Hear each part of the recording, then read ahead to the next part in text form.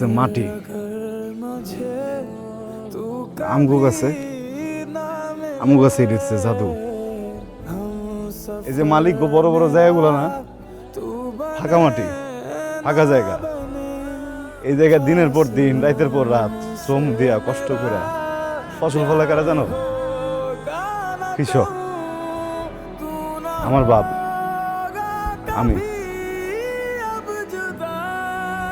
তুমি শহরে গেছো, শহর ভালো লাগছে, এটা কোনো সমস্যা না, শহর ভালো লাগার মতোই জায়গা।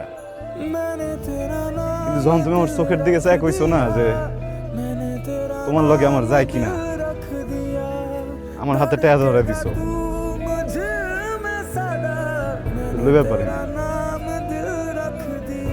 কৃষক গরিব হইতে পারে, কৃষকের জমি নাই থাকবার পারে, কৃষক কিন্তু ছোট লোক না, বুঝছো? এত কাম, এত কিছু, এত কষ্ট, এত পরিশ্রম, এগুলো তার জন্য না। কয় টাকা কামাই, কয় টাকা কামাই? একজন কৃষক নিজের জমির ভিতরে দিনের পর দিন, বছরের পর বছর কষ্ট করার পরেও টাকা তোলার পারে না।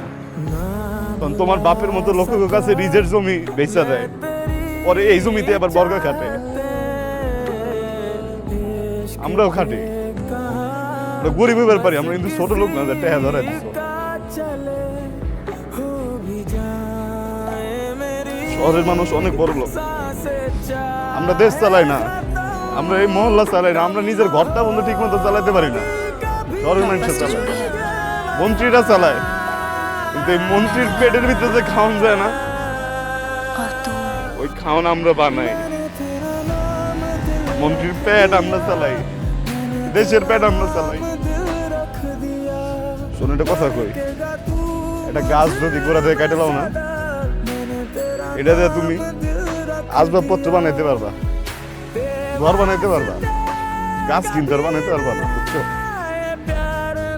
আমার মনটা গাছের মতো, এটা কেটে লাইছো, তুমি নিজে কেটে লাইছো।